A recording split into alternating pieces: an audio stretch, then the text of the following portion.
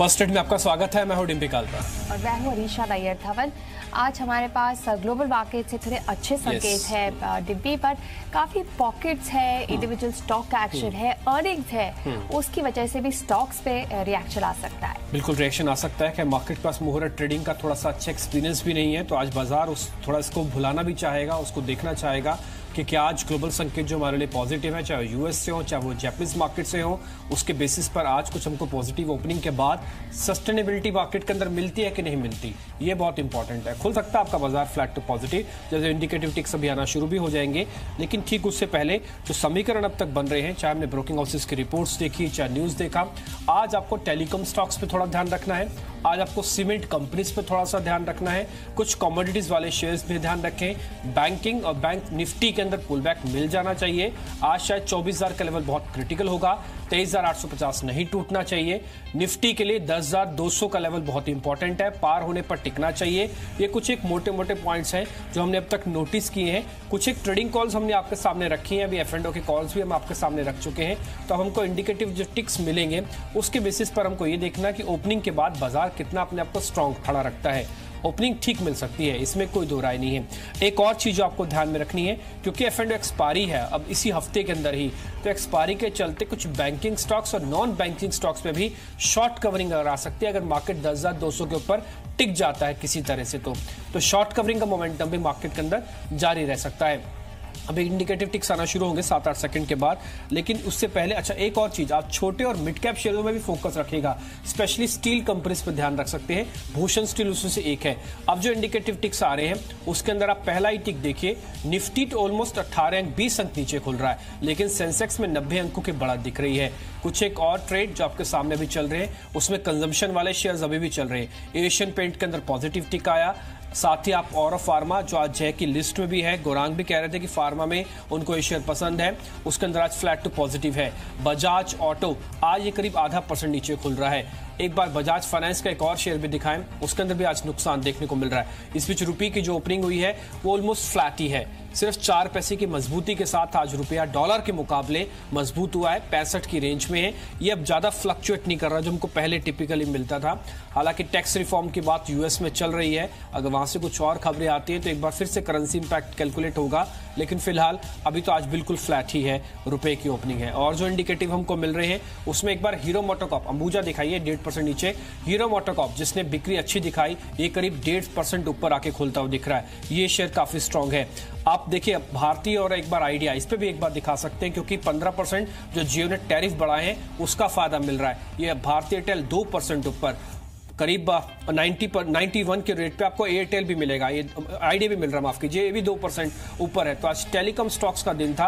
एक बार अल्ट्राटेक का रिपोर्ट के बेसिस पर देखते हैं कि आज वो कैसे खुल रहा है इंडिकेटिव टिक्स में, क्योंकि नंबर्स ठीक थे, उसका रिपोर्ट ने कहा कि चल सकता है। फ्लैट तो थोड़ा भी तो नेगेटिव है, करीब 50 रुपए नीचे खुल रहा है ये, लेकिन उसके बाद कुछ मजबूती आ सकती है। एनआईटी टेक भी दिखाइए, इस पे भी ब्रोकिंग हाउसेस थोड़ा बुलिश दिख रहे थे। ये ओपनिंग कैसे हमको दे रहा है? NIT tech flat to positive है, यस, ये करीब 4 रुपए ऊपर आके इस समय ट्रेड करता हुआ दिख रहा है। तो कुछ एक पर्टिकुलर स्टॉक्स हैं जहां पे आपको ट्रेड आज पॉजिटिव देखने को मिल रहा है।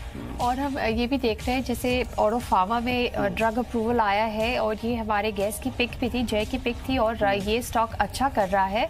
काफ़ी वॉलेटिलिटी है फ्रंटलाइन इंडिसेस पे। निफ्टी अभी 100.2 पर अब नीचे थोड़ा वेट करते हैं इसको सेटल करने के लिए, पर सुबह हम आपके लिए फास्ट मनी लेके आए थे, कुछ ऐसे बेहतरीन कॉल्स जो एक ही दिन में आपको अच्छा मुनाफा दे सकते हैं। चलिए देख लेते हैं कौन सी थी ये रिकमेंडेशंस।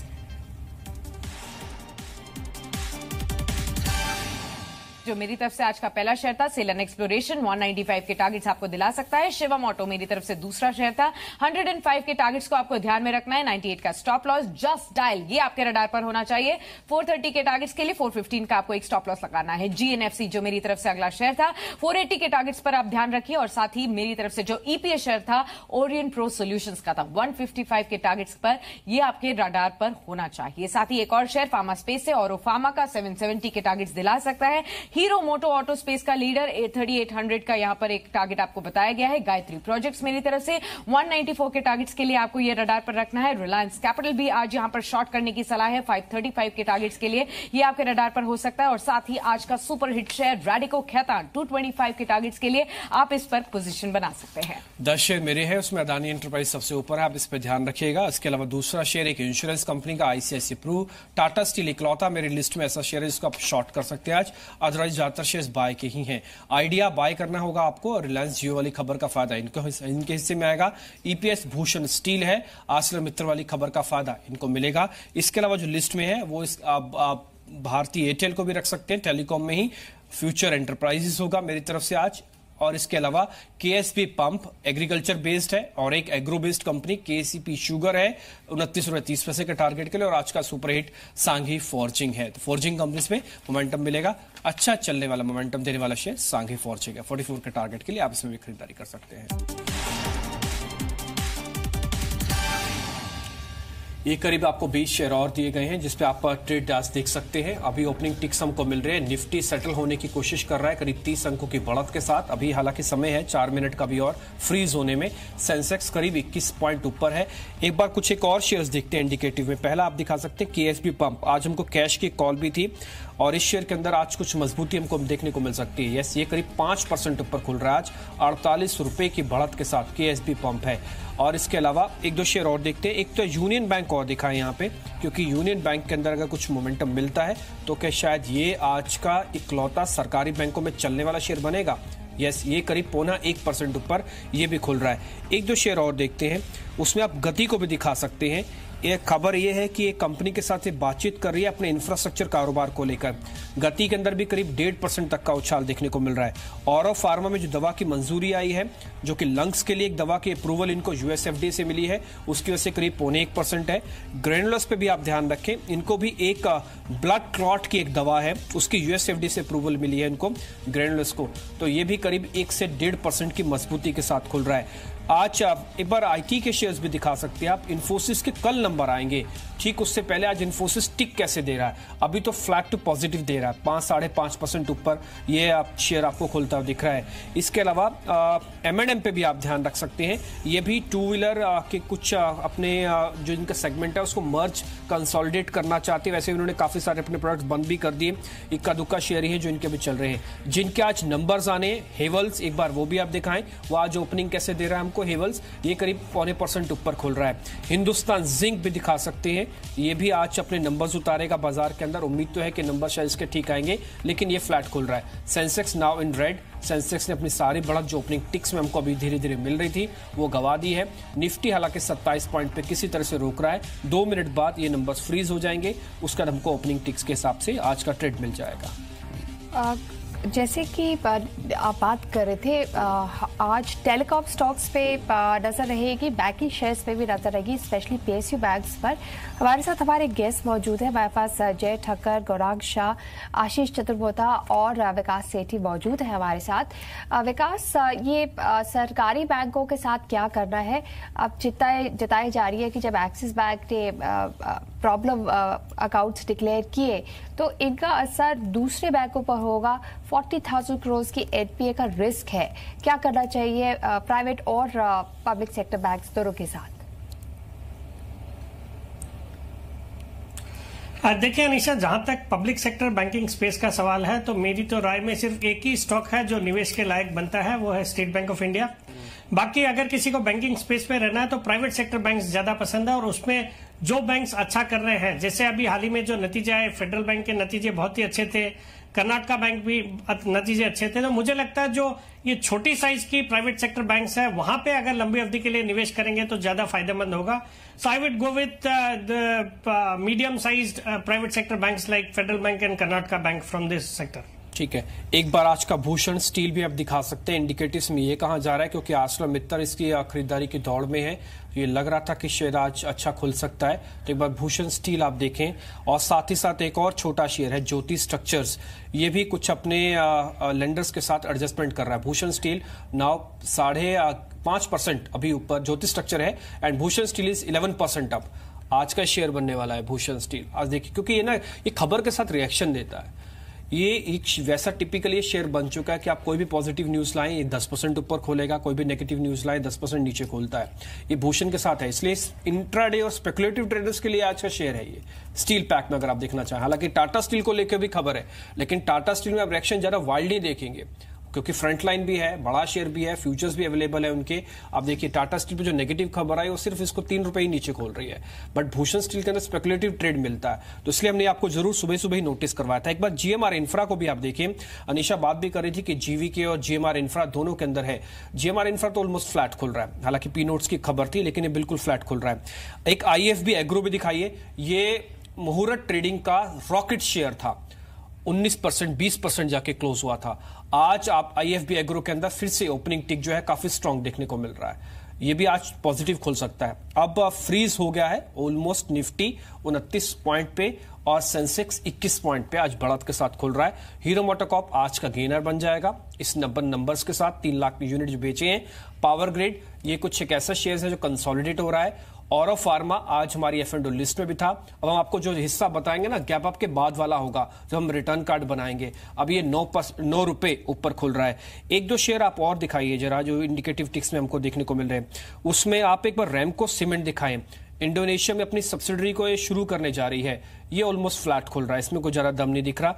डॉक्टर रेड्डीज को दिखाएं, इन्होंने अपनी दवा को कुछ रिकॉल किया है, ये कैसे खुल रहा है, ये करीब आधे से पौने % ऊपर है। और साथ ही आप कुछ एक सरकारी बैंक भी दिखा सकते हैं, ओबीसी, सिंडिकेट एंड कॉर्पोरेशन, इन सबकी रेटिंग में कुछ बदलाव हुए हैं। इंडिया रेटिंग्स ने इनकी कईयों की रेटिंग बॉन्ड्स की घटा दी, कईयों की बढ़ाई है, ये ऑलमोस्ट फ्लैट है, कोई ज्यादा बड़े मूव के साथ तो निकल रहे, सभी में करीब करीब आधा पौना % तक की मजबूती है। गौरांग आज क्योंकि इन्फोसिस के नंबर्स आएंगे, आज इन्फोसिस थोड़ा फ्लैट खुल रहा है, ये करना क्या है सर नंबर से पहले, खैर वो भी बात नहीं रही जो हम इन्फोसिस के नंबर से पहले देखते थे कि ठीक नंबर से पहले चलता था, ओपनिंग 10% ऊपर मिलती थी हमको, अब वो बात तो नहीं रही। लेकिन ट्रेड कैसे करना है सर इसमें?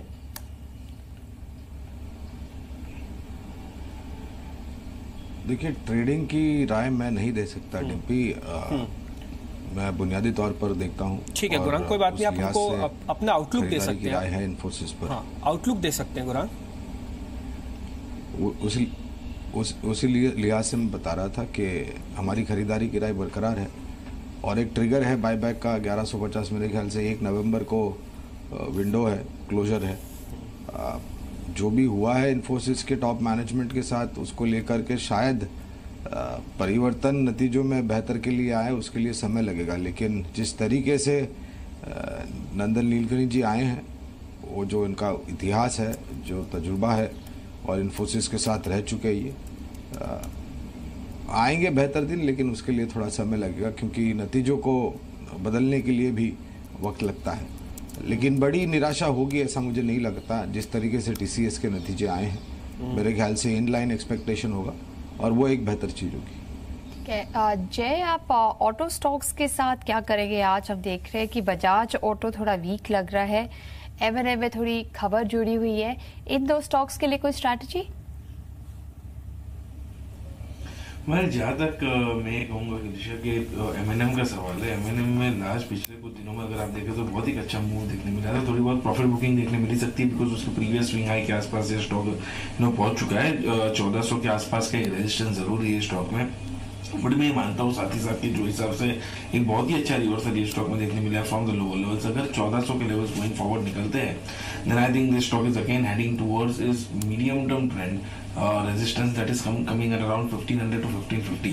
तो मैं कहूँगा कि एज ऑफ नाउ अगर किसी ऑलरेडी बाइंग पोजीशन हो M&M में तो डेफिनेटली प्रॉफिट बुक कर लेना चाहिए, बट अगर 1400 के ऊपर जाता है तो फिर से बाय करें, 1500 से 1550 तक के टारगेट्स मिलेंगे। जहां तक बजाज ऑटो का सवाल है, मैं कहूँगा ये स्टॉक भी ओवरऑल अगर आप देखें तो अच्छे ही अपट्रेंड में है, थोड़ी बहुत प्रॉफिट बुकिंग जरूर देखने मिली, बट मैं कहूँगा ऋषा साथ ही साथ जो हिसाब से ये स्टॉक में एक क्लियरली एक सिमेट्रिकल ट्रायंगल पैटर्न में से ब्रेकआउट देखने मिला था with a really good buy crossover in this momentum indicators, मैं कहूँगा अभी भी उसके targets on the upside achieve नहीं हुए। इसके कंजर्वेटिव टारगेट्स ही इनफैक्ट लगभग आ रहे थे ऑन द अपसाइड 3370 के, तो आई थिंक अभी भी अपसाइड काफी बाकी और अग्रेसिव टारगेट्स अगर मैं कहूँगा from the point of view of medium term, जहाँ पे कोई बाय करके रख सकता है एटलीस्ट फॉर 3 to 4 months, उसके टारगेट लगभग बनकर आ रहे हैं 3740 के। तो मैं कहूँगा अभी भी काफी अच्छा पोटेंशियल है ये स्टॉक में परफॉर्म करने के लिए ऑन द अपसाइड। जरूर बाय करना चाहिए अगर थोड़ी भी डीप यहाँ पे मिले। मीडियम टर्म ट्रेडर्स के लिए मैं कहूँगा 3050 के अच्छे सपोर्ट लेवल से। For short term traders I would say 3120 is a very crucial support. आज जो लिस्ट में हमको जय ने कुछ कैश के शेयर्स दिए थे ना, उससे पेन्नार इंडस्ट्रीज करीब 1.5% ऊपर खुल रहा है। वो ये कह रहे थे कि पेन्नार इंडस्ट्रीज पे ध्यान रखें, वो करीब 1.5% ऊपर है। रेडिको खैतान करीब 2% ऊपर खुल रहा है, उनकी लिस्ट में था रेडिको खैतान भी, तो वो करीब 2% ऊपर खुल रहा है। एक और शेयर जो आज हमको हेमंत ने थोड़ी देर पहले दिया था, वो था फ्यूचर एंटरप्राइजेस का, वो करीब 1.5% ऊपर खुल रहा है। तो ये कुछ एक चुनिंदा शेयर्स हैं जो कि आपको ठीक कार्यक्रम खुलने शुरू होने से पहले हमने आपके सामने रख रहे थे, बाजार खुलने से पहले माफ कीजिए, तो वो आपके सामने अब देखिए शेयर्स के अंदर अच्छा दम भर रहा है। निफ्टी जो फ्रीज हुआ 30 अंकों पे और सेंसेक्स 21 अंकों पे फ्रीज हो रहा है। थोड़ी देर में हमको एक्चुअल ट्रेडिंग मिल जाएगी। लेकिन आज भूषण स्टील आज का फ्लेवर है, करीब 12% ऊपर जाके ये भी फ्रीज हुआ है। कुछ एक और शेयर्स जो आज अच्छा बढ़कर गैप अप ओपनिंग दे रहे हैं आपको, उसमें क्रॉम्पटन का शेयर है 3-3.5% ऊपर जाके ये शेयर आज ओपनिंग कर रहा है। आज लॉजिस्टिक के दोनों ही शेयर्स आप देखिए, एजिस लॉजिस्टिक और गति, ये दोनों 2% ऊपर खुल रहे हैं। एक कमोडिटीज का प्लेयर है पराग मिल्क, ये भी करीब 2% ऊपर खुल रहा है। ग्रेनुलस को खैर दवा का मंजूरी मिली, उसका फायदा है। एक अदानी एंटरप्राइजेज है, ये भी करीब 1.5% ऊपर खुल रहा है। ये लॉजिस्टिक कंपनीज पे आपका व्यू क्या है विकास, जरा संक्षेप में बताएंगे। देखिए, वैसे तो ये जो दोनों स्टॉक की आपने चर्चा करी, दोनों एक न्यूज बेस्ड एक्टिविटी चल रही है। मुझे लगता है जीएसटी के इम्प्लीमेंटेशन के बाद इनके परफॉर्मेंस में आने वाले क्वार्टर्स, महीनों, सालों में सुधार जरूर देखने को मिलेगा। और जिस तरह से पॉजिटिव न्यूज फ्लो है, इन दोनों स्टॉक्स में आज पॉजिटिव रुझान रहना चाहिए। ठीक है, अभी तो खैर पॉजिटिव आंकड़े मिल ही रहे हैं, पॉजिटिव रुझान रहना चाहिए, ये व्यू भी हमको मिला है। अभी इंडिकेटिव टिक्स खत्म, फ्रीज खत्म और अब सब एक्चुअल ट्रेडिंग शुरू हो गई है। फेस्टिवल के बाद की ट्रेडिंग है ये, मोर ट्रेडिंग के अच्छे एक्सपीरियंस वाली ट्रेडिंग के बाद का हिस्सा है आज। तो आज शांत बाजार है, आज आपको कोई चकाचौंध लाइट तो नहीं दिख रही है, हाँ, लेकिन ये जरूर दिख रहा है कि बाजार के अंदर थोड़ी संजीदगी है, थोड़ा सीरियसनेस वापस आती हुई दिख रही है। मार्केट में अपनी टिक्स आना शुरू हो गए हैं। 30 अंकों की बढ़त के साथ पहला टिका है निफ्टी का, 68 अंकों पर सेंसेक्स है। कल्प्रिट निफ्टी बैंक था, आज पॉजिटिव खुला है, 50 अंकों की बढ़त, 24,000 के ऊपर वापस आया है। थैंक गॉड 24,000 का लेवल फिर से हमको देखने को मिल रहा है। अब चैलेंज यही है मार्केट के पास कि 10,150 बचाना है निफ्टी का, बैंक निफ्टी को बचाना अपना 24,000, हालांकि और थोड़ा टेक्निकली करेक्ट हो जाए तो 23,850 बचाना, जो आज हमको हेमंत बता के गए थे कि अगर 23,850 टूट जाए then short the bank Nifty, otherwise नहीं। एक बार जरा गेनर्स दिखाएं, आज के गेनर्स, आज के निफ्टी गेनर्स बने हैं हीरो मोटोकॉर्प। ये तो खैर बनना ही था क्योंकि अच्छी बिक्री इन्होंने दिखाई 3 लाख यूनिट्स की। वोरांग भी कह रहे थे कि इसमें पोटेंशियल है, यह 4,000 रुपए तक जा सकता है। डॉक्टर रेड्डीज, हालांकि दवा को इन्होंने रिकॉल की लेकिन कुछ मंजूरियां भी इनके हाथ में लगी हैं, उसका फायदा इनको मिल रहा है। टीसीएस, हालांकि नंबर्स इन्फोसिस के हैं लेकिन टीसीएस पे आज ठीक ठाक अपनी हमको ट्रेडिंग दे रहा है। सिप्ला और फार्मा, ये कुछ एक और फार्मा शेयर्स चल रहे हैं। भारतीय एयरटेल करीब 1.5% ऊपर है। आज आइडिया के अंदर भी हमको स्ट्रेंथ आती हुई दिखी है, ये भी करीब देखिए 2-2.5% ऊपर है। ये जियो का इफेक्ट है, इन पर्टिकुलर शेयर्स पे पड़ता है। आज खबरों के दम पर ये सभी शेयर्स अपने आप को आज 2% तक की ओपनिंग दिखा रहे हैं। हीरो और टेलीकॉम के दोनों ही प्लेयर, आइडिया एंड भारतीय एयरटेल। और व्यू आज हमको 800-480 की कॉल का था। एक बार निफ्टी के लूजर्स यानी कि आज जो शेयर पिछड़ रहे हैं जिन्होंने पार्टिसिपेट नहीं किया, और एक है एचडीएफसी का टूटना अच्छा नहीं है बैंक निफ्टी के लिए। एक्सिस बैंक अभी भी रिकवरी मोड में बिल्कुल नहीं आ रहा। अब तो खैर खबर ये भी आ गई है कि वापस इनको नो अकाउंट को अपने वापस क्लासिफाई करना होगा कि आपके एनपीएस है, यानी कि उनकी डेफिनेशन क्लियर करनी होगी। अगर उस डेफिनेशन को उस हिसाब से नहीं रखते तो उनको अपनी बुक्स में लेना होगा ये नो अकाउंट्स जो अभी बोले गए हैं कि आप इनको वापस रीफाई कीजिए।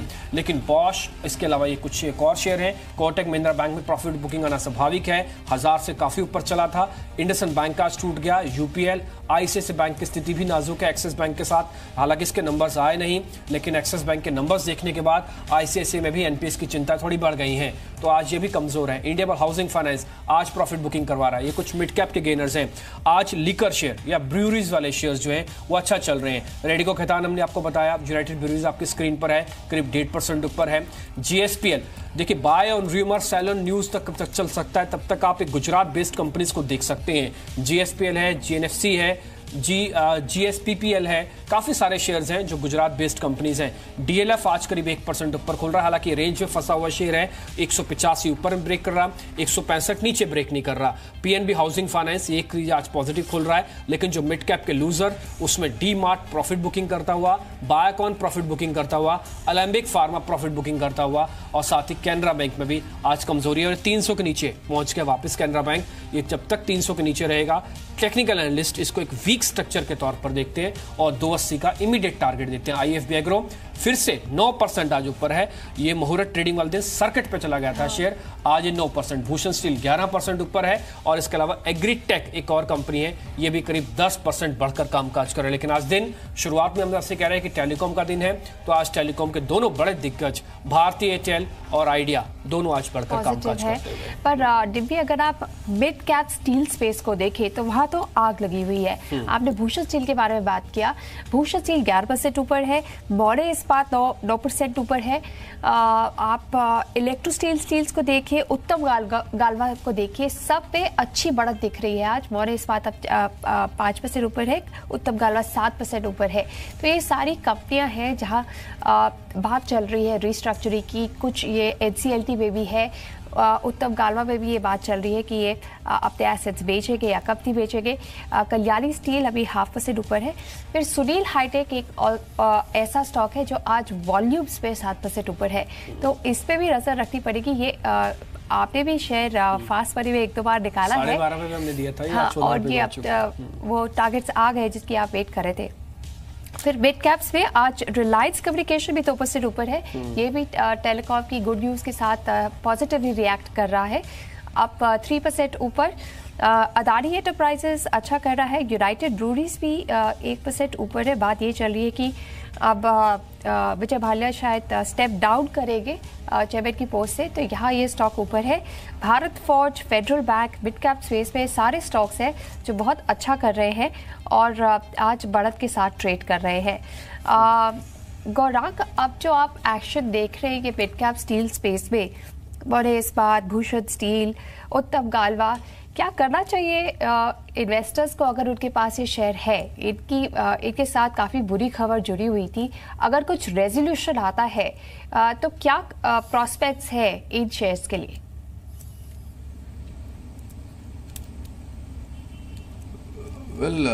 बुनियादी तौर पर तो ऐसे कोई आसार नज़र नहीं आते कि आप यहाँ पर शेयर खरीदें या निवेशित रहें, पहली बात। दूसरी बात, अब जो खबर आ रही है कंपनी को टेक ओवर करने के लिए, वो निर्भर करेगा आने वाले समय में क्या मूल्यांकन देने के लिए तैयार है कंपनी इन सब सिक यूनिट्स या कंपनीज को खरीदने के लिए।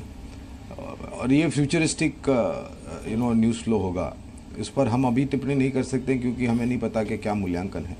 अगर आप फंसे हुए हैं और अगर आपको निकलने का मौका मिलता है तो मेरी राय में ऊपर की तरफ निकल करके धातु क्षेत्र में, जैसे हम पहले जिक्र कर रहे थे, हिंडाल्को, वेदांता, JSW स्टील, ये सब कंपनियां सक्षम है, बेहतर है नतीजों के आधार पर, बुनियादी आधार पर और मैनेजमेंट की क्रेडिबिलिटी को लेकर के। सो आई थिंक, और एक चेतावनी ये भी दूंगा कि छोटे निवेशक अक्सर ऐसी खबरों को लेकर के, ऐसे स्टॉक्स को लेकर के फंस जाते हैं, तो थोड़ी सावधानी बरतनी चाहिए अगर आप छोटे निवेशक हैं, और किसी भी तरह की मोमेंटम बाइंग या वैल्यू बाइंग नहीं करनी चाहिए यहाँ पर।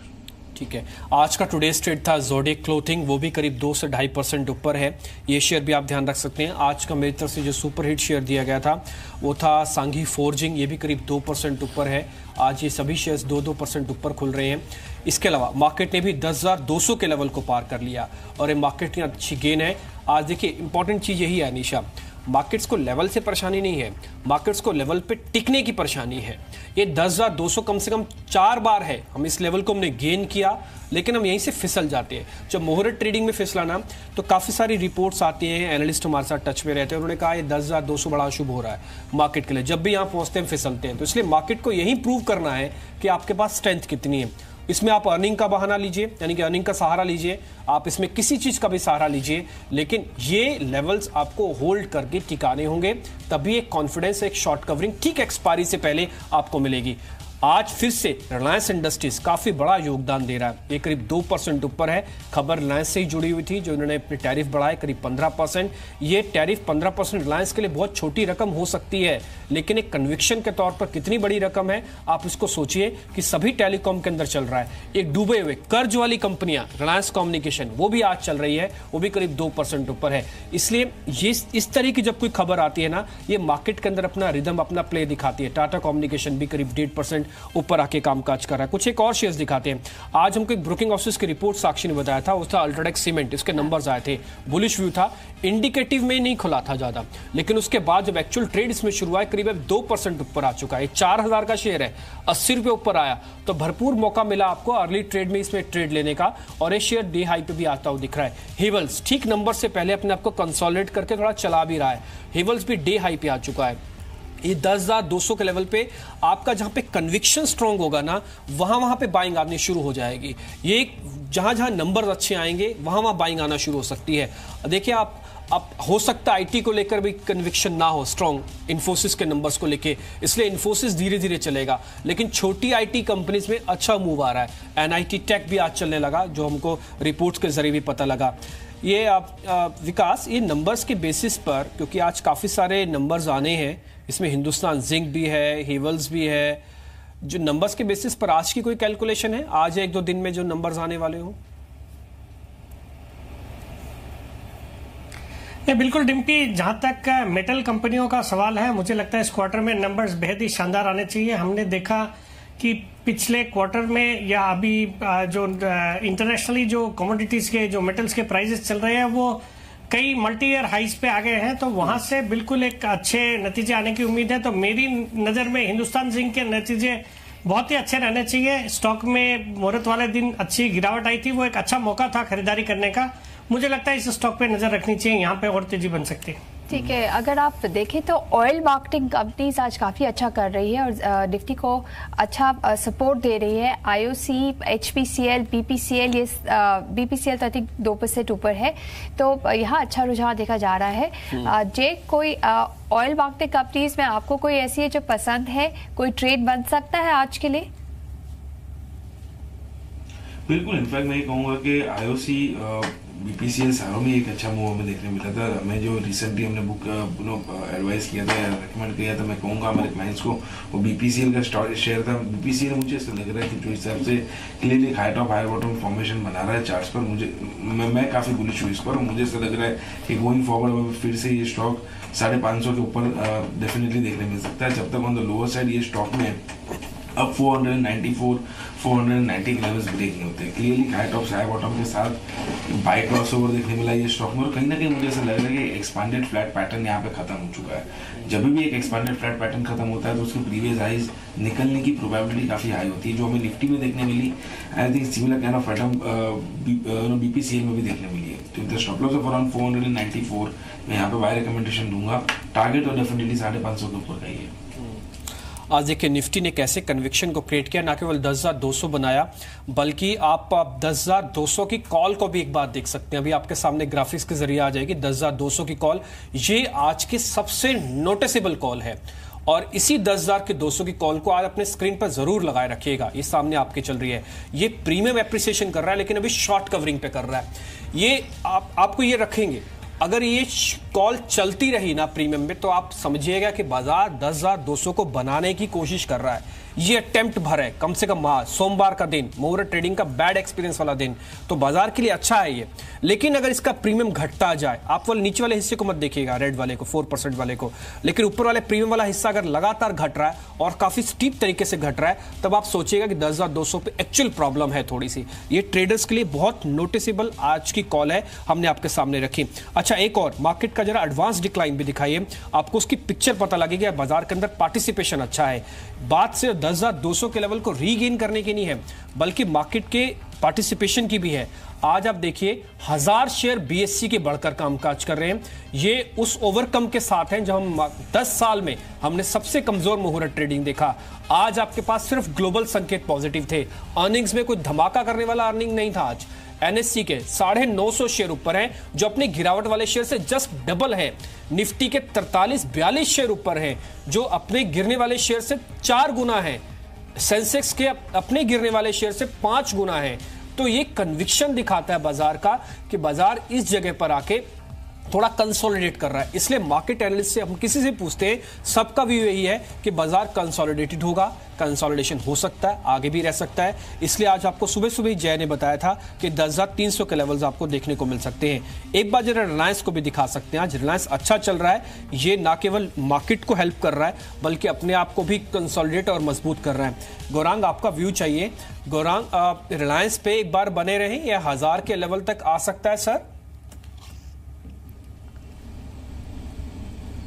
हमें तो लग रहा है कि 1200-1250 तक के लक्ष्य आपको देखने मिलेंगे। और ये जो 15% का टैरिफ रिवीजन किया है रिलायंस जियो ने, अगर आप सब्सक्राइबर बेस देखें और आने वाले समय में उसमें वृद्धि होती हुई नज़र आती है तो आप एक आकलन लगा सकते हैं। और इस बारी जब नतीजे आए थे रिलायंस इंडस्ट्रीज़ के, तो जो योगदान था एबिट लेवल पे वो ऑपरेशनली प्रॉफिटेबल था।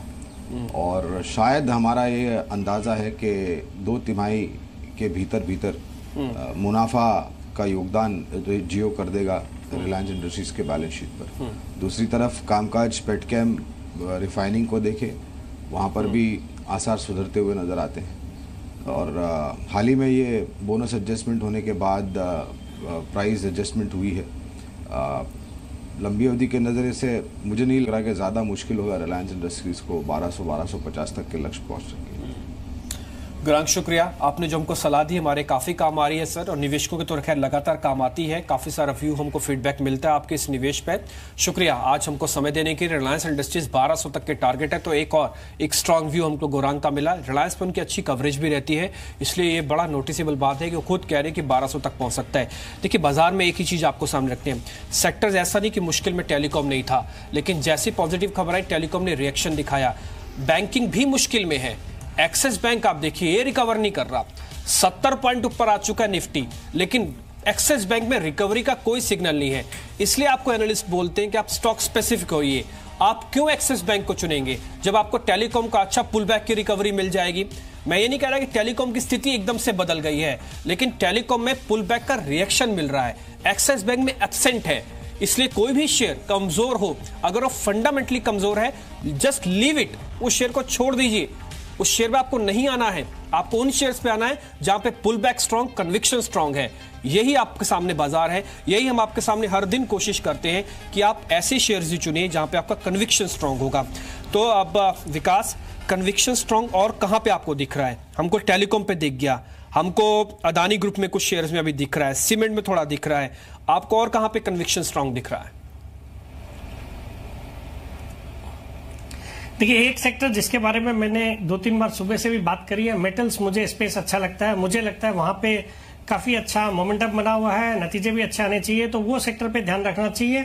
और जो दूसरा सेक्टर रहेगा वो मुझे लगता है ऑटो कंपनीज में भी काफी अच्छा रुझान नजर आ रहा है। जिस तरह से इनके मंथ ऑन मंथ सेल्स के नंबर्स आ रहे हैं, खास करके अब जो 2 व्हीलर और पैसेंजर कार सेगमेंट में जो कंपनियां काम करती है, मुझे लगता है कि डेफिनेटली ऑटो एक अच्छी अपॉर्चुनिटी होगी। और यहाँ पे मेरा जो पसंदीदा स्टॉक रहेगा वो टाटा मोटर्स रहेगा। मुझे लगता है टाटा मोटर्स ने जो नए ब्रांड्स लॉन्च करे हैं रिसेंटली, हेक्सा है, नेक्सा है और नेक्सॉन है और हेक्सा है, वहां पे अच्छे रिस्पॉन्स मिल रहे हैं। JLR अच्छा कर ही रहा है, इलेक्ट्रिक व्हीकल्स स्पेस में भी अच्छे ऑर्डर्स मिल रहे हैं। तो मुझे लगता है Tata Motors with in the auto space एक अच्छी स्टॉक हो सकता है जिसमें लोगों को बिल्कुल नजर रखनी चाहिए। ठीक है, टाटा मोटर्स ऑटो स्पेस में विकास का टॉप पिक है। चलिए आप देखते हैं कि मार्केट की ओपनिंग कैसी रही है और कौन से पॉकेट्स में एक्शन है। ये सब बताने के लिए हमारे साथ संदीप है। संदीप, आज ओपनिंग तो स्ट्रांग है, निफ्टी ने वापस 10,200 का लेवल रिक्लेम कर लिया है। अब यहाँ से क्या आगे क्या देख रहे हैं, कहाँ एक्शन देख रहे हैं? शुक्रिया निशा। देखिए, निफ्टी में जो आज तेजी आप देख रहे हैं उसमें रिलायंस का कंट्रीब्यूट कर ही रहा है, लेकिन उसके साथ साथ देखिए हीरो मोटोकॉर्प, ये एक स्टॉक है जो कि आज मार्केट को काफ़ी ज़्यादा मदद कर रहा है।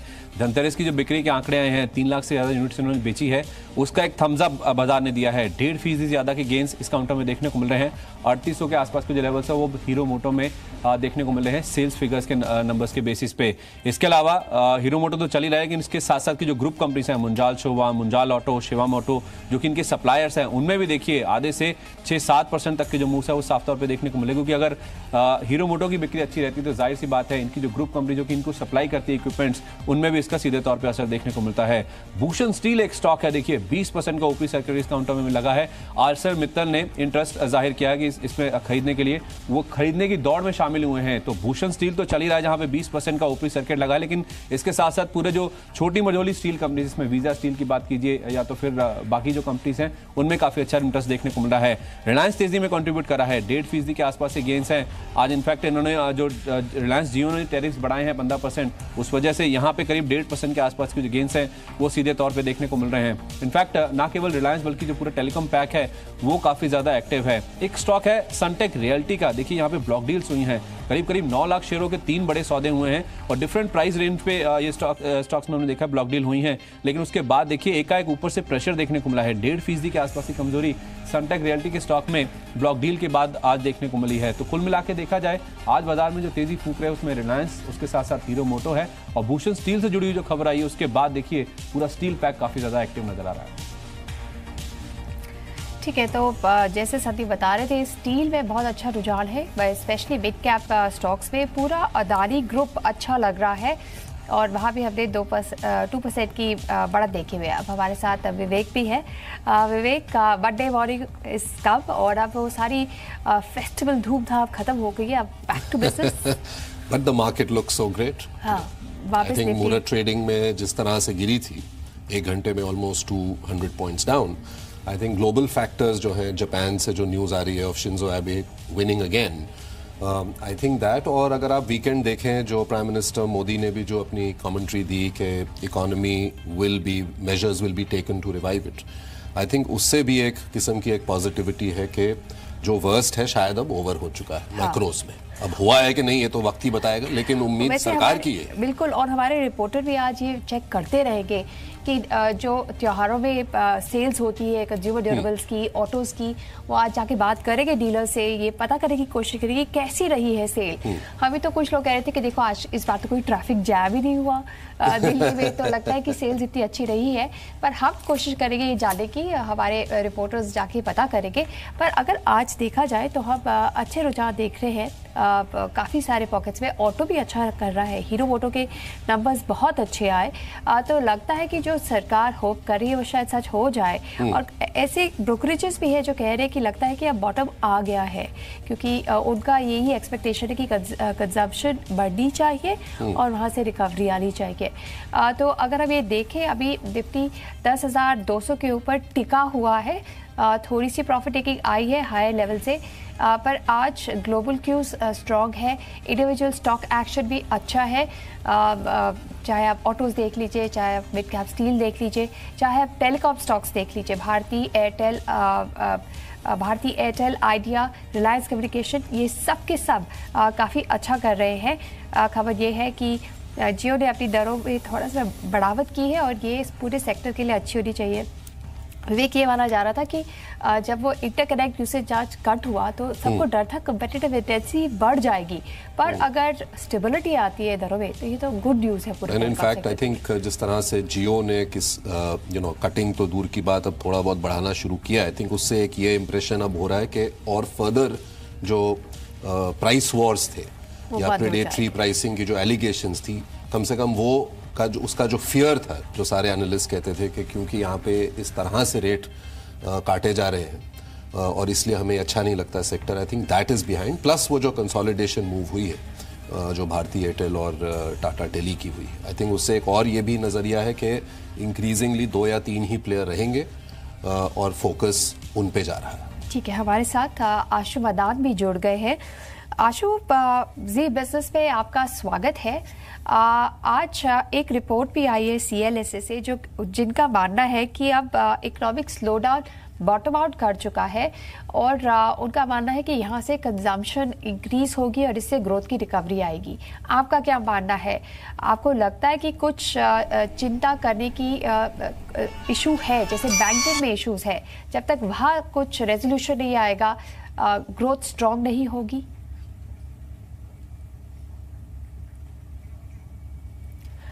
आशु, आपको लगता है कि इकोनॉमिक स्लोडाउन का बॉटम हो चुका है कि कुछ चिंताएं और भी है? हाँ, अब आ रही है। हाँ, अब आ रही है। आशु, जी बिजनेस पे आपका स्वागत है। आपसे ये पूछना चाहते थे कि आपको लगता है कि इकोनॉमिक स्लोडाउन का बॉटम हो चुका है, आगे चल के आपको लगता है रिकवरी आएगी और कंजम्पशन में सबसे ज्यादा रिकवरी देखी जाएगी?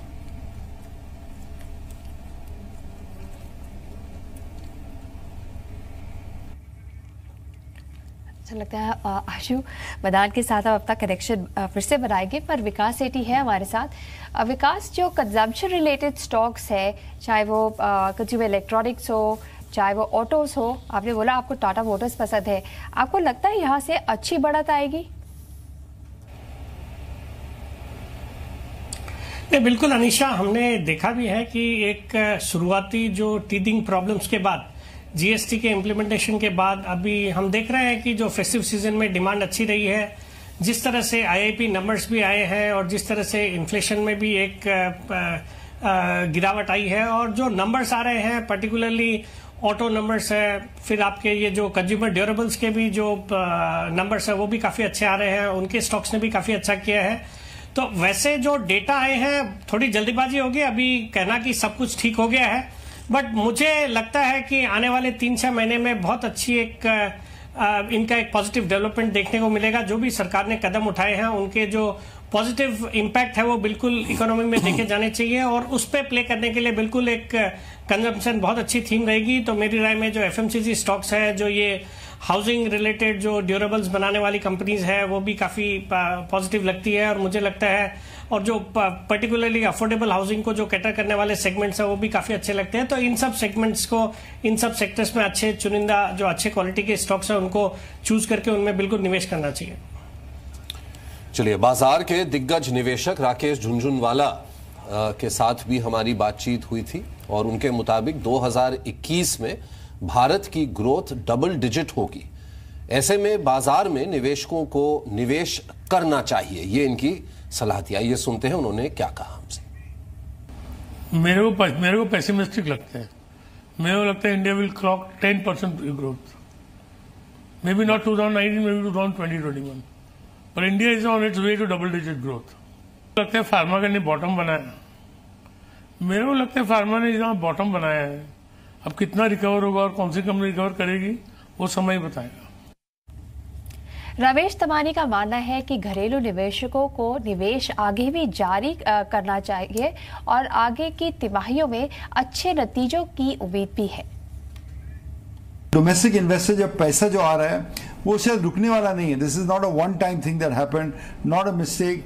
ये बहुत सोचा समझा 25 साल के बाद they finally have a romance with equity markets, so that will continue. But if earnings don't improve over the next 6 months, आप देखिए अभी अपना बेस इफेक्ट डिमोनेटाइजेशन का नेक्स्ट क्वार्टर से मालूम पड़ जाना है, we will get to know that. So there will be a strong growth from a very relatively weak base, and also the effect of GST was now absorbed by the market. So I think last quarter of 17-18 we should see good results from the market. बाजार के एक और दिग्गज शंकर शर्मा के मुताबिक अगले दिवाली तक बाजार में तेजी रहेगी। मेरा मानना है कि मार्केट्स अगले दिवाली तक भी स्ट्रांग रहेंगे, और ये एक स्ट्रक्चरल बुल मार्केट है, ना सिर्फ हिंदुस्तान में बट बल्कि सारी दुनिया में। अगर आप देखें तो सारे इक्विटी मार्केट्स बहुत अच्छा कर रहे हैं। यूएस के मार्केट्स कर रही है, यूरोपियन मार्केट्स कर रही हैं, इमर्जिंग मार्केट्स जो 2010 से लेके 2016 तक काफी तकलीफ में थी क्योंकि कमोडिटी मार्केट्स पूरी तरह कोलैप्स हो गए थे, वो भी अगर आप देखें तो पिछले 1-1.25 साल में काफी स्ट्रांग रहे हैं। और मेरी ये उम्मीद है कि आगे भी इमर्जिंग मार्केट्स बहुत स्ट्रांग रहेंगे। और आपको मालूम है कि इंडिया इमर्जिंग मार्केट्स का एक बहुत अहम हिस्सा है, तो जिसमें ब्राजील, रशिया, इंडिया, चाइना, ये सारे जो मार्केट्स हैं, ये सारे मार्केट स्ट्रांग लग रहे हैं। चाइना की इकोनॉमी बड़ी अच्छी रिकवरी पाथ पे है। सो ओवरऑल इक्विटी का जो एक माहौल है सारी दुनिया में और इंडिया में बहुत ही स्ट्रांग है। तो मेरा ये मानना अगले दिवाली तक भी मार्केट बहुत ही स्ट्रांग रहेगा। मधुसूदन केला ने जी बिजनेस के साथ एक एक्सक्लूसिव बातचीत में भी कहा था कि बाजार में अब तेजी बाकी है। वो कह रहे 1 या 2 साल नहीं, पर बाजार अगले 10 से 15 साल के लिए बुलिश रहेगा। अभी तो ये एज पर एज ये इंडिया की स्टोरी है, मुझे लगता है कि अभी कम से कम 10-15 साल तो चलेगी और ये जो बुल मार्केट स्टॉक मार्केट का है इतनी जल्दी खत्म नहीं होने वाला है। सो आई रिमेम्बर अपनी जब इंटरव्यू हुई थी कुछ 8-10 हज़ार का निफ्टी था और जब मैंने बोला था कि अभी तो ये 30,000 भी होगा, उस समय बड़ा आश्चर्य लगता था। But I am very happy and proud कि हम लोगों को ये दिख रहा था कि ये पॉसिबिलिटीज है और आज 30,000 के ऊपर है अपन। आशु मदान अब जुड़ रहे हैं। आशु, आपको मेरी आवाज आ रही है? विवेक बोल रहा हूं। बिल्कुल, यस विवेक, बिल्कुल आ रही है जी। आशु, यही सवाल आपसे पूछ रहे थे कि अब आपको लगता है कि जो इकोनॉमी है या जो अर्निंग्स से रिलेटेड जो तकलीफें थी, जो प्रॉब्लम्स थी, वो बॉटम आउट हो गई हैं? क्योंकि संकेत बाजार ऐसा दे रहा है कि जैसे कि जो वर्स्ट है अब वो खत्म हो गया, यहां से ये दोनों फ्रंट्स पर अब सब ठीक रहेगा।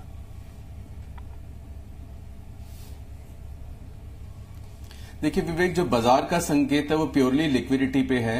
यस, डेफिनेटली एक पॉजिटिव होप के साथ वेट कर रहा है कि जो हम कई क्वार्टर से अगर आप पिछले 2-3 साल में देखें तो हर बार जब भी हमने बात की है कि earning is round the quarters, improvement in earning is next 2-3 quarters, वो नेक्स्ट 2-3 करके काफी आगे तक हम आ चुके हैं। एंड आई थिंक जो हमारे को जिस चीज ने सपोर्ट किया है वो स्ट्रांग लिक्विडिटी ने किया है, और वो जो डोमेस्टिक फंड्स हैं, जो एक रिटेल इन्वेस्टर का पार्टिसिपेशन है कंटिन्यूसली बढ़ रहा है थ्रू म्यूचुअल फंड रूट, उसकी वजह से हम यहां पहुंचे हैं। बट येस, डेफिनेटली एक पॉजिटिव होप है, कुछ सिग्नल्स हैं कि अर्निंग्स इंप्रूव होंगी। लेकिन मुझे लगता है कि नेक्स्ट 2 क्वार्टर बहुत ही क्रिटिकल हैं, क्योंकि अगर अब भी नहीं हुई तो आई थिंक कहीं एक बहुत ही बड़ा डिसअपॉइंटमेंट होगा।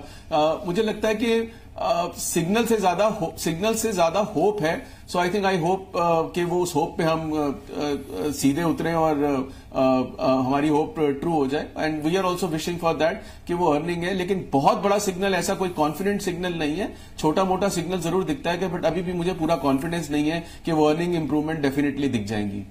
चलिए, होप पर तो दुनिया कायम है, उम्मीद पर दुनिया कायम है। विकास, हमारे साथ जुड़ने के लिए बहुत बहुत शुक्रिया। इस बीच में हमने देखा कि निफ्टी 10,200 के नीचे हो गया है और 10 पॉइंट अब थोड़ी सी प्रॉफिट की गए 10 पॉइंट की, और थोड़ी सी वीकनेस आ रही है। पर मेटल्स में बहुत अच्छा रुझान आज है, चाहे वो मिड कैप स्टील काउंटर्स हो, चाहे वो नॉन फेरस स्पेस हो। आशु, आप मेटल स्पेस को कैसे देख रहे हैं? आप कह रहे हैं कि अभी तक जो मार्केट पे देखा जा रहा है वो लिक्विडिटी पे देखा जा रहा है। मेटल्स एक सिक्लिकल स्पेस है। आज हम देख रहे हैं कुछ नॉन फेरस स्टॉक्स है, मॉइल को ले लीजिए आप, या हिंदुस्तान जिंक को देख लीजिए, ये सब शेयर्स अच्छा कर रहे हैं और यहाँ ये बिलीफ है कि डिमांड स्ट्रांग ही रहेगी अगर चाइना में रिकवरी और तेज होती है। क्या करेंगे आप नॉन फेरस मेटल्स के साथ?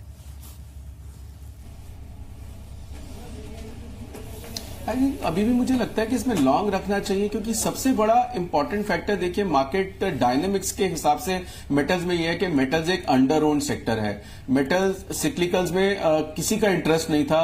अगर आप बहुत बड़े बड़े पोर्टफोलियोज भी देखेंगे तो उसमें भी आप देखिए कि मेटल्स का पार्टिसिपेशन बहुत ही कम था।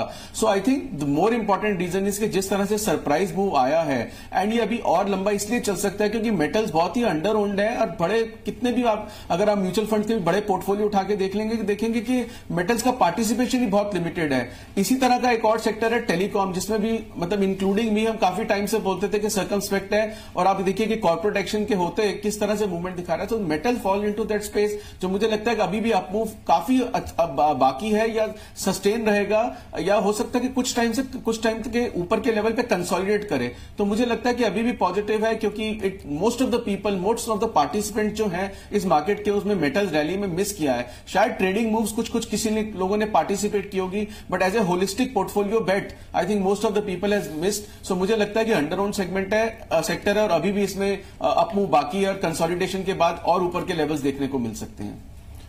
आशु, आपने लिक्विडिटी के बारे में बात की और मेरे ख्याल से आप डोमेस्टिक जो लिक्विडिटी है उसकी बात कर रहे थे, क्योंकि आप एक बहुत बड़ी ब्रोकिंग आउटफिट भी हैं और डिस्ट्रीब्यूटर भी हैं।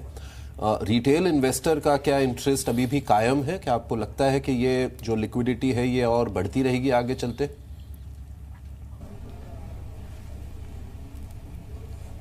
Yes Vivek, certainly I think जो इस बार में मार्केट पे कॉन्फिडेंस है ना, वो एक डिफरेंट लेवल का है। आई थिंक जिस तरह से आपने बात की मैं भी पिछले 15-20 साल से देख रहा हूं इस मार्केट को, mutual fund, I mean this is the first time कि रिटेल इन्वेस्टर्स का जो सीरियस मनी है वो डोमेस्टिक फंड्स के थ्रू मार्केट में आ रहा है, which is a very healthy sign. Having said that Vivek, एक चीज का और कहीं ना कहीं बैक ऑफ द माइंड डर लगता है कि अभी तक पिछले 3-3.5 साल में हमने और आपने शायद इस मार्केट में रिडेम्पशन वर्ड सुना ही नहीं है या हम भूल गए हैं। Correction word mutual fund, I think जो नया इन्वेस्टर आया इस मार्केट में अंदर पिछले 3 साल में, उसने अभी जो सिप के थ्रू आया उसने अभी सिप में करेक्शन नहीं देखी है। They are not habitual of seeing the correction. तो मुझे लगता है कहीं पे भी हम नॉर्मली बात करते हैं कि कितनी बार मार्केट में जब करेक्शन आती है तो फ्रॉथ आ जाती है या फिर एक यूफोरिया बन जाता है या ओवरबॉट होता है। बट इस बार अगर वो हम अपना पर्सपेक्टिव दे रहे हैं वो डायरेक्ट इक्विटी ओवरबॉट नहीं है, लेकिन कहीं ना कहीं किसी लेवल पे विवेक बैक ऑफ द माइंड ये थोड़ा सा डर रहता है कि जो नई ब्रीड ऑफ इन्वेस्टर आई है मार्केट के अंदर थ्रू म्यूचुअल फंड, उसने पिछले 3 साल में एक बार भी करेक्शन नहीं देखी है, रिडेम्पशन वर्ड नहीं सुनाई दिया है। तो कहीं ना कहीं उस चीज का थोड़ा सा डर रहता है। लेकिन करेक्शन पे मेरा मानना है कि अगर कोई करेक्शन आती है तो this time investor has become more savvy और नीचे के लेवल पे और सिप में बढ़ोतरी होगी, कोई बहुत बड़ी रिडेम्पशन नहीं देखने को मिलेगी। So I think every dip is a buy in the market currently. ठीक है, तो फिर इस तरह तो लगता है कि बहुत बड़ी करेक्शन नहीं आएगी। आशु, आज हमने देखा है कि मक्वारी ने सीमेंट सेक्टर पे अपनी राय रखी है, काफ़ी सारे स्टॉक्स पर उन्होंने अपग्रेड किया है। वो देख रहे हैं काफ़ी सारे सीमेंट स्टॉक्स में 8 से 15% प्राइस अप्रिसिएशन देख रहे हैं। आपको लगता है कि सीमेंट स्पेस पे सुधार आएगा, और अगर हाँ तो इसका रियल एस्टेट पे क्या इम्पैक्ट होगा? लोग कहते हैं कि अगर आपको रियल एस्टेट प्ले करना है तो आप सीमेंट खरीद लीजिए। आज हम देख रहे हैं रियल एस्टेट स्टॉक्स जैसे सनटेक रियल्टी, पूर्वांकरा, शोभा, ये अच्छा कर रहे हैं।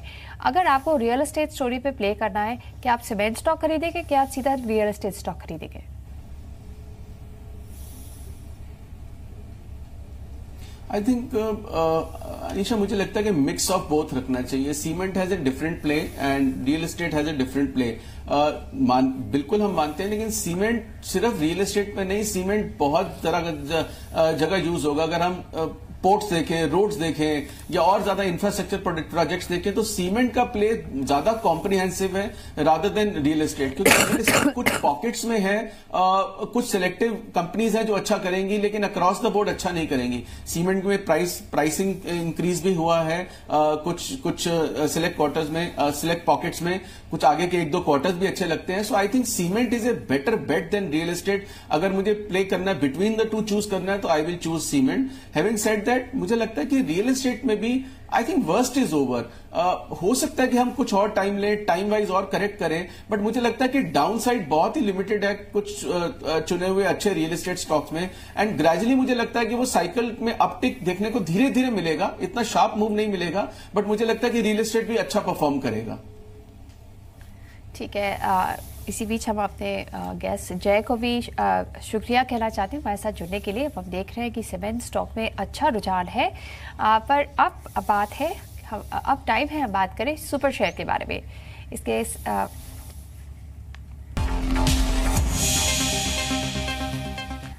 हमारे साथ साक्षी जुड़ गई है। साक्षी, बताइए सुपर शेयर क्या है आज का? गुड मॉर्निंग अनीशा एंड विवेक। आज ऑटो एंसिलरी स्पेस में से हमने एक शेयर चुना है सुपर शेयर के तौर पर। सुब्रोस इसका नाम है। देखा जाए तो पैसेंजर व्हीकल्स और कमर्शियल व्हीकल्स के लिए जो एसी होता है ये सप्लाई करती है, और मारुति, टाटा मोटर्स, M&M जैसी नामी कंपनियां कंपनी की क्लाइंटल लिस्ट में शामिल भी हैं। इनफैक्ट देश के जो कमर्शियल व्हीकल एसी कारोबार है उसमें 55% का मार्केट शेयर कंपनी एंजॉय करती है। Q2 में अगर देखा जाए नतीजों से भी स्ट्रॉन्ग एक्सपेक्टेशंस हैं। बॉटम लाइन फ्रंट पर या मुनाफे फ्रंट की अगर बात करें तो डबल हो सकता है इस बार मुनाफा, इस तरीके की ब्रोकरेज हाउसेस रिपोर्ट्स आ रही हैं। यहां पर मार्जिन फ्रंट पर भी देखा जाए तो 4 से 5% तक की बढ़ोतरी एक्सपेक्टेड है। कंपनी पर बहुत ही मामूली कर्ज है, और देखिए इस वक्त वैल्यूएशंस काफी अट्रैक्टिव हैं। अगर आप सेक्टर की बात करें तो 52 के मल्टीपल पर अभी सेक्टर है, लेकिन कंपनी के वैल्यूएशन 22 के मल्टीपल पर है। 10.5 रुपए का EPS है अभी मौजूदा हिसाब से देखा जाए तो, और मजबूत हिस्सेदारी भी है। आप देखिए सुजुकी की 13% हिस्सेदारी है, और साथ ही टोयोटा ने भी 13% स्टेक लिया हुआ है अभी कंपनी में। मौजूदा कैश EPS 17 रुपए की देखने को मिल रही है। फर्स्ट कॉल ने यहां पर अपनी राय रखी है, खरीदारी की राय है उनकी, और लक्ष्य यहां पर काफी ऊपर के रखे हैं। 330 तक के टारगेट्स वो एक्सपेक्ट कर रहे हैं। सुब्रोस एक बेट हो सकती है सुपर शेयर के तौर पर। ठीक है साक्षी, सुब्रोस है आज का सुपर शेयर। विवेक, हम देख रहे हैं कि मार्केट अब और नीचे आती जा रही है। अगर आप निफ्टी का चार्ट पुल करें तो अब 10,173 हो गया है। तो अब स्विफ्टली थोड़ी प्रॉफिट टेकिंग आ रही है। एक टाइम पर हम 75 पॉइंट्स ऊपर थे, अब सिर्फ 25 पॉइंट ऊपर है। तो काफ़ी प्रॉफिट टेकिंग देखी जा रही है। आई थिंक बैग्स है आज जो बहुत ही डिस्करेजिंग साइंस दिखा रहे हैं, काफ़ी सारी प्रॉफिट टेकिंग आ रही है। अब भारतीय इंफ्रा में भी प्रॉफिट टेकिंग आ रही है, पर आज एक्चुअली बैंक्स है जहां वीकनेस है, और यहाँ पर हमें नज़र बना के रखनी पड़ेगी। हमारे गेस्ट ने हमें सुबह बताया कि 23,800 बैंक निफ्टी के लिए काफ़ी सिग्निफिकेंट है। एक्सिस बैंक में काफ़ी गिरावट आ रही है और अब 24,000 के नीचे है बैंक निफ्टी।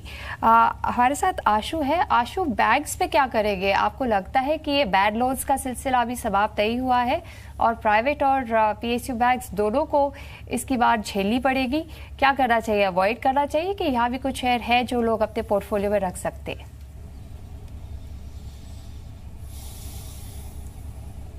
नहीं, I think Anisha, consistently from many weeks, months, quarters मेरा एक ही कंसिस्टेंट कॉल है कि हर लेवल पे पीएसयू बैंक्स को शॉर्ट करना चाहिए। इनफैक्ट अभी जिस तरह से मैं विवेक से बात कर रहा था कि इस मार्केट में all said and done, in spite of all this hope, in spite of all this तेजी, कहीं ना कहीं वॉलेटिलिटी बढ़ेगी आगे, और अभी भी बढ़ रही है। अभी हम देखें कि हम 98, 99 और 10,200 के बैंड में 200-300 पॉइंट की करेक्शन किस तरह से देते हैं, 500-700 पॉइंट की करेक्शन किस तरह से देते हैं। तो अगर ट्रेडिंग में पैसा बनाना है, बहुत मुश्किल है। या तो लॉन्ग टर्म कॉल लेनी चाहिए मार्केट पे, या अगर ट्रेडिंग में तो लॉन्ग और शॉर्ट मिक्स रखना चाहिए, और उस मिक्स में शॉर्ट साइड पे हर वक्त बैंक्स आपके पोर्टफोलियो में शॉर्ट होने चाहिए, लॉन्ग नहीं होने चाहिए। सो आई थिंक कोई एनपीए का कोई सॉल्यूशन नहीं है। With all the ordinances, bankruptcy laws and everything in place, मेरा मानना है कि बैंक के एनपीए का हल, पैसे का हल सिर्फ पैसे से है। बाकी कोई चीज आई थिंक फ्यूचर के लिए तो जरूर deterrent as a deterrent act करेगी, लेकिन जो पास्ट प्रॉब्लम्स है उनका कोई भी सोल्यूशन नजर नहीं आ रहा। उन बैंक्स के पास लिक्विडिटी नहीं है लैंड करने के लिए। दैट इज वाई हमने देखा उसका बेनिफिट एनबीएफसीज को क्या है। तो प्राइवेट बैंक्स में आउट परफॉर्मेंस रहेगी, लेकिन आई थिंक एक लेवल के बाद मुझे भी लगता है कि उनमें भी एक अपमूव आना मुश्किल है। शायद कंसोलिडेशन हो, लेकिन पीएसयू बैंक्स में अभी भी मुझे कोई ऐसी होप नहीं लगती है। So I think at these levels also, जब अगर लॉन्ग एंड शॉर्ट पोर्टफोलियो में क्रिएट करना ही है ट्रेडिंग के लिए, तो पीएसयू बैंक्स शॉर्ट रहने चाहिए। Can Bank, PNB, Bank of Baroda, Bank of India, so all these are short sells from my side, including State Bank of India. Ashu, ऐसे कौन सी कंपनीज हैं जहां पर इन लेवल्स पर भी आप बाय रेकमेंड करेंगे?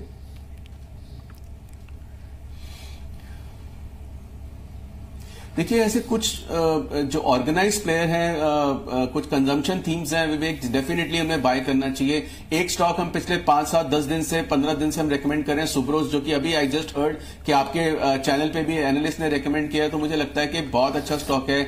सेंचुरी प्लाई हमने रेकमेंड किया हुआ है लेने के लिए मिड कैप के अंदर। कैमलिन फाइनेंस है, कुछ एनबीएफसीज हैं, रिलायंस ने एक मल्टी ईयर ब्रेकआउट दिया है, टाटा मोटर मुझे लगता है कि एक बेटर बेट है और कंसोलिडेशन रहेगा। सो आई थिंक अभी भी लार्ज कैप्स सी, अब विवेक पिछले दिनों में क्या रहा था, हमने कई हफ्तों में देखा कि मिड कैप्स आउट परफॉर्म कर रहे थे लार्ज कैप्स को। मुझे लगता है कि अब टाइम, अगर 10,100 के ऊपर निफ्टी रहता है और इसकी एक्सपायरी 10,100 के ऊपर होती है, तो हम 10,500, 700 का घर भी खुल जाता है ऊपर की तरफ। सो आई थिंक अगर उस लेवल को, उस अपमूव को प्ले करना है, तो मुझे लगता है लार्ज कैप्स के साथ रहना चाहिए।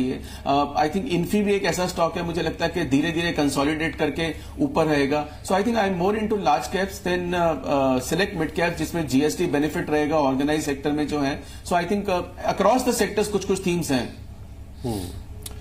चलिए, बहुत बहुत धन्यवाद आपका आशु, आने के लिए और अपने पर्सपेक्टिव को शेयर करने के लिए।